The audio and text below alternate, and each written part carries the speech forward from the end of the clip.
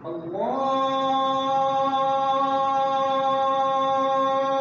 أكبر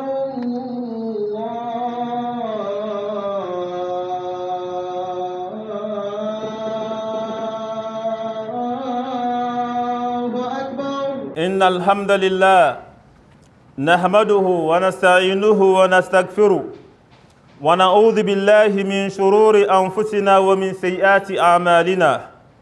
من يهده الله فلا مضل له ومن يضلل فلا هادي له، وأشهد أن لا إله إلا الله وحده لا شريك له، وأشهد أن محمدا عبد الله ورسوله صلى الله عليه وسلم.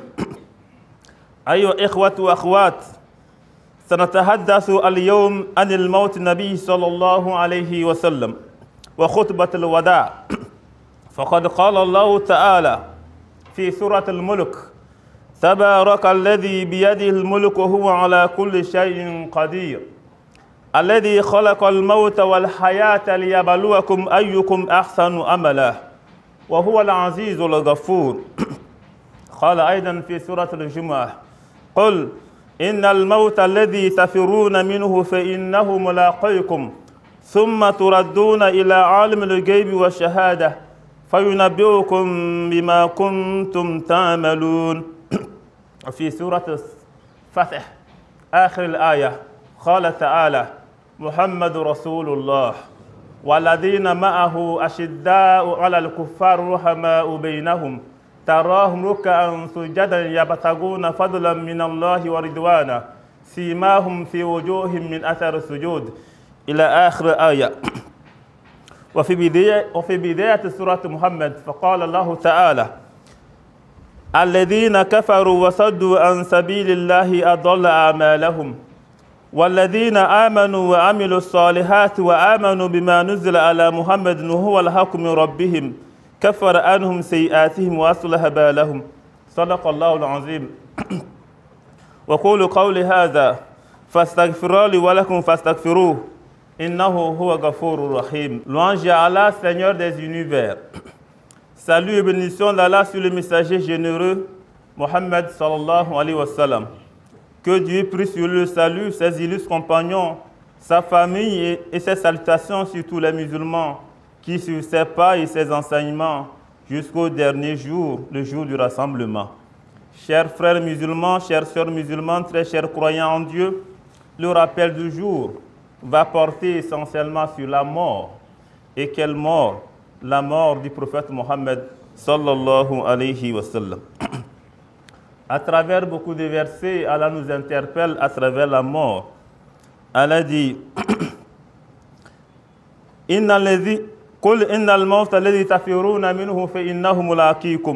cette mort que vous fuyez, dont vous craignez, elle va vous rencontrer de gré ou de force. Frères musulmans, serviteurs soumis, la maladie de mort du prophète Mohammed sallallahu alayhi wa sallam. Le récit de Aïcha radiallahu anha, la mère des croyantes, Ubaydullah ibn Utba a dit: j'entrai chez Aïcha et lui dit: ne voudrais-tu pas me parler de la maladie de l'envoyé d'Allah sallallahu alayhi wa sallam? Si, répondit-elle. Elle commença alors en ces termes: l'état du prophète s'était aggravé sous le fait de la maladie. Or, il demanda si les fidèles avaient fait la prière. Non, lui répondîmes, nous, ils t'attendent, ô envoyé d'Allah, qu'on mette de l'eau dans le bassin, dit-il. Nous en mîmes, il se lava et voulut ensuite se lever, mais il tomba évanoui. Revenu à lui, il demanda de nouveau si les fidèles avaient fait la prière. Non, nous répondîmes, nous, ils t'attendent, ô envoyé d'Allah. Il nous ordonna de lui mettre de l'eau dans le bassin, se lava, essaya de se lever, mais retomba évanoui. Ayant ensuite repris ses sens, il demanda encore: les fidèles ont-ils fait la prière? Non, répliquâmes-nous, pas encore. Ils sont toujours dans ton attente. Il ordonna de mettre de l'eau dans le bassin, se lava, essaya de se lever encore une fois, tomba en syncope. Une fois revenu à lui, il dit: les fidèles ont-ils fait la prière? Non, répondîmes-nous, ils t'attendent, ou envoyé d'Allah. réunis dans la mosquée, les fidèles attendaient l'envoyé d'Allah pour faire la prière de Isha, la prière du soir. Alors le prophète Mohammed sallallahu alayhi wa sallam envoya chercher Abu Bakr pour présider la prière. Le messager alla trouver celui-ci et lui dit: l'envoyé d'Allah s'enjoint de présider la prière des fidèles. Abu Bakr Siddiq, qui était tendre du cœur, s'adressa alors à Omar en lui disant: préside toi-même la prière. Non, reprit Omar, toi tu en as plus de droit. Abu Bakr présida donc la prière durant ces jours. Puis l'envoyé d'Allah sentant un jour une légère amélioration sortie de chez lui, appuyé sur 2 personnes, dont Al-Abbas, et se rendit à la prière de Zuhr, la prière de midi donc. Puis Abu Bakr présidait. À la vue du prophète, Abu Bakr voulut reculer, mais d'un geste, le prophète l'enjoignit de ne pas bouger. Et s'adressant aux 2 personnes qui le soutenaient, il dit: faites-moi asseoir à côté de Abu Bakr. On déféra à cet ordre.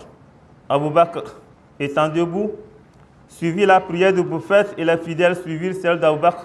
Durant ce temps, le prophète sallallahu alayhi wa sallam demeura assis. Rapporté par Muslim. D'après une autre version, Anas bin Malik rada'an, Abu Bakr dirigeait la prière des fidèles durant la maladie qui avait emporté l'envoyé d'Allah. Un lundi, pendant qu'ils étaient rangés pour la prière, l'envoyé d'Allah souleva le rideau de la chambre et se mit à les regarder. Il se tenait debout, son visage ressemblait à un papier de parchemin, et il souriait. Nous fûmes si émus de la joie de le revoir.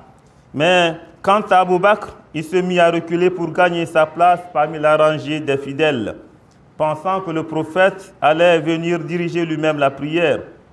Mais d'un geste, le prophète nous fit signe d'achever la prière et laissa ensuite retomber le rideau.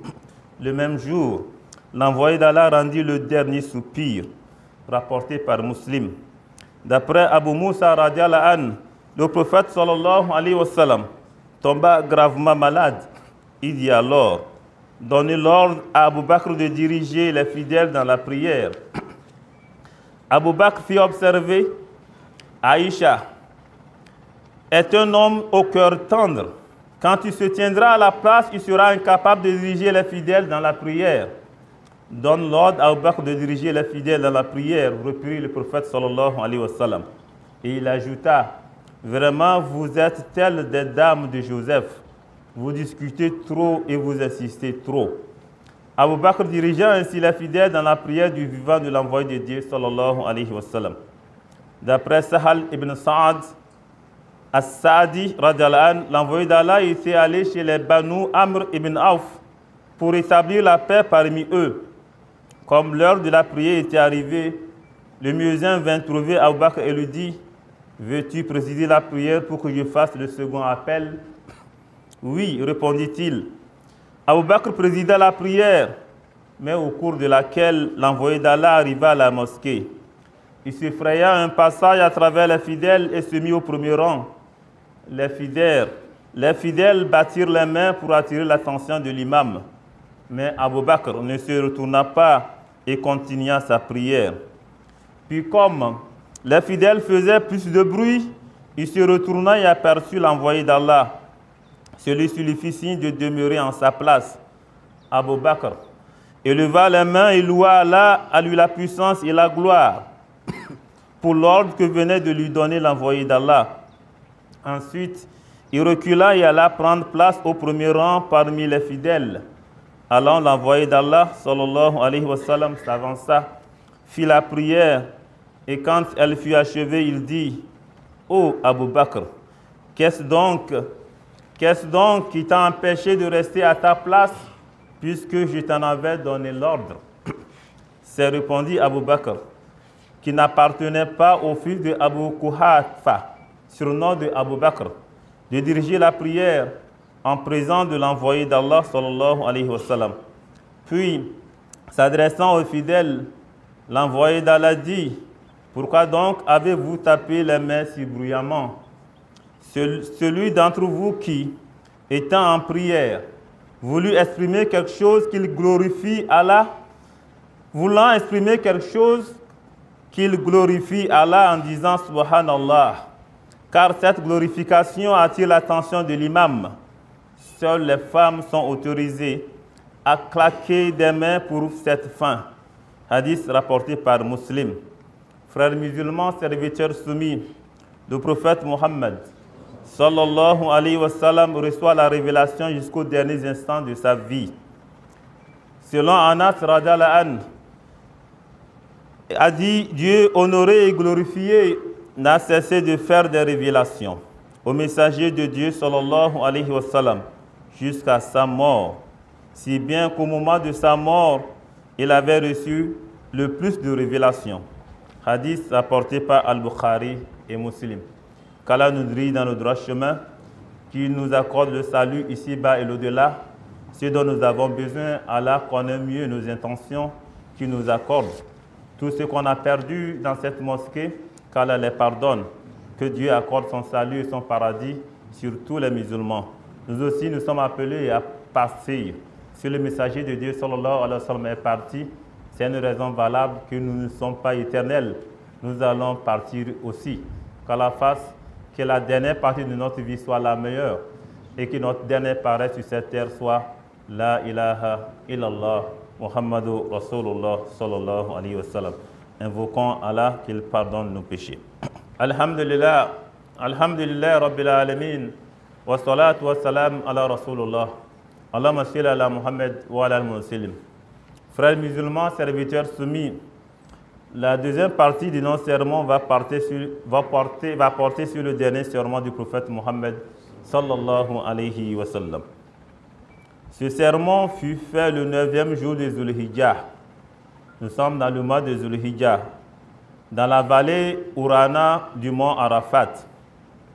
Il dit sallallahu alayhi wa sallam: Ô peuple, écoutez-moi attentivement, car je ne sais pas si, après cette année-ci, je serai encore parmi vous. Donc écoutez ce que je vous dis avec beaucoup d'attention. Et apportez ce message à ceux qui ne peuvent être présents ici aujourd'hui. Ô peuple, tout comme vous considérez ce mois, ce jour, cette cité comme sacrée, considérez aussi la vie et les biens de chaque musulman comme sacrés. Retournez à leurs légitimes propriétaires les biens qui vous ont été confiés. Ne blessez personne afin que personne ne puisse vous blesser. Souvenez-vous qu'en vérité, vous rencontrerez votre Seigneur et qu'effectivement, il vous demandera compte de vos actes. Allah vous a défendu de pratiquer l'usure, de prendre de l'intérêt, dont toute obligation d'intérêt sera dorénavant abolie.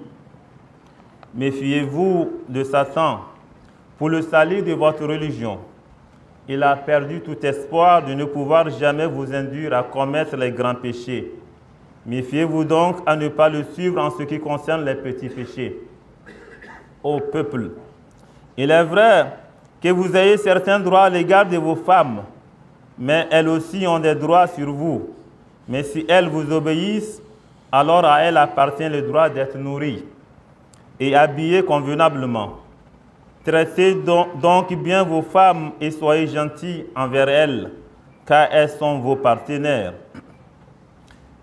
Et il est de votre droit de vous assurer qu'elles choisissent leurs amis avec votre approbation, aussi bien que de ne jamais commettre l'adultère. Ô peuple, écoutez-moi bien, adorez Allah, faites vos 5 prières quotidiennes, jeûnez pendant le mois de Ramadan et donnez de votre richesse, c'est-à-dire la zakat, accomplissez le hajj, c'est-à-dire le pèlerinage, si vous en avez les moyens. Vous savez que chaque musulman est le frère d'un autre musulman. Vous êtes tous égaux. Aucune personne n'est supérieure à une autre excepté en piété et en bonne action. Souvenez-vous, un jour, vous vous présenterez devant Allah et vous répondrez de vos actes. Donc prenez garde, ne vous écartez pas du droit chemin après ma mort. Ô peuple, aucun prophète ou apôtre ne viendra après moi, et aucune nouvelle foi naîtra. Raisonnez bien, donc, ô peuple, et comprenez bien les mots que je vous transmets. Je laisse derrière moi 2 choses, le Coran et mon exemple, la Sunna. Et si vous les suivez, vous ne vous égarerez jamais.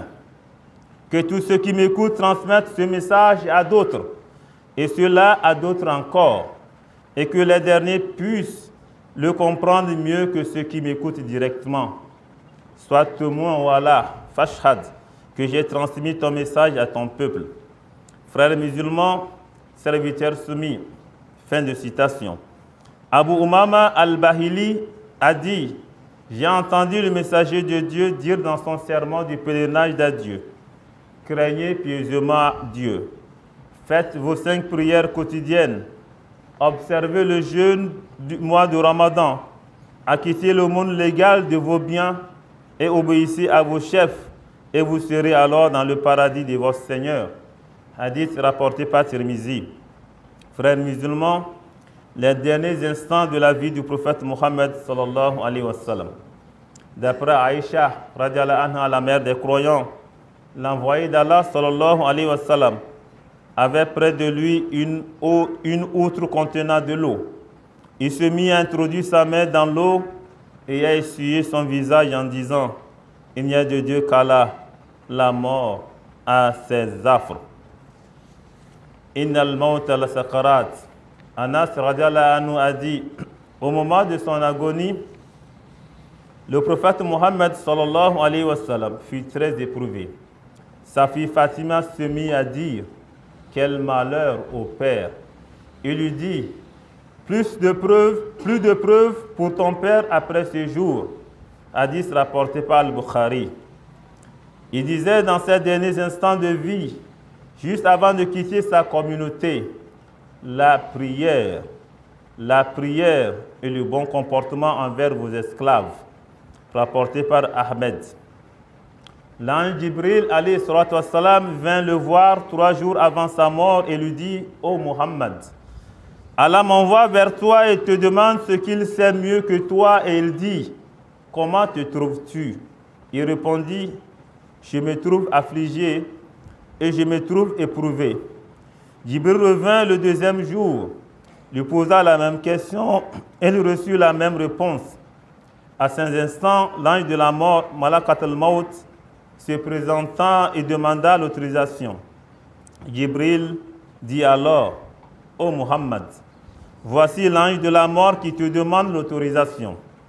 Il ne l'a jamais demandé à un humain avant toi, et il ne la demandera jamais à un autre après toi.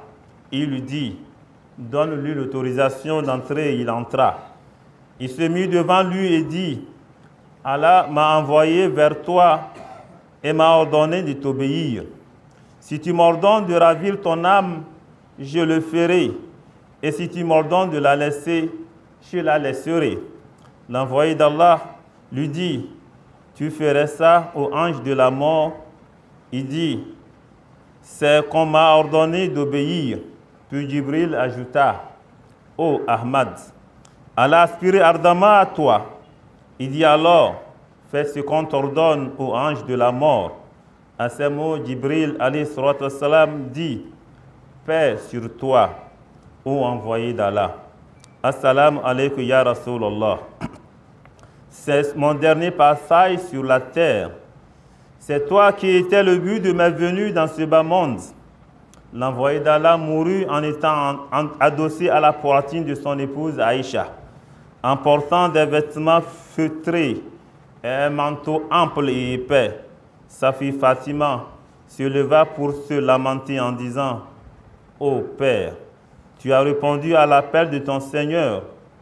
Ô Père, le paradis du haut Firdaus est le lieu de ton séjour. Ô Père. Ainsi était le récit, n'est-ce pas, de la mort du prophète Mohammed sallallahu alayhi wa sallam. Après le prophète sallallahu alayhi wa sallam, les compagnons, ils ont œuvré dans la voie droite et ils ont été tous rappelés à Dieu. Qu'Allah nous dirige dans nos droits chemins. Les pèlerins sont en train d'arriver. Qu'Allah fasse que leur pèlerin soit Hajj Mabrour. Qu'Allah accepte leur pèlerinage. Certains vont bientôt arriver également. Nous implorons Allah subhanahu wa ta'ala de leur faciliter le voyage. Qu'ils puissent venir retrouver leur famille sains et saufs. Ce qu'ils ont acquis de bien qu'Allah fasse que cela puisse perdurer chez eux. Ce qu'ils ont appris de bien, qu'ils constituent des miroirs pour nous. Et que les années à venir, qu'Allah nous compte aussi parmi les pèlerins.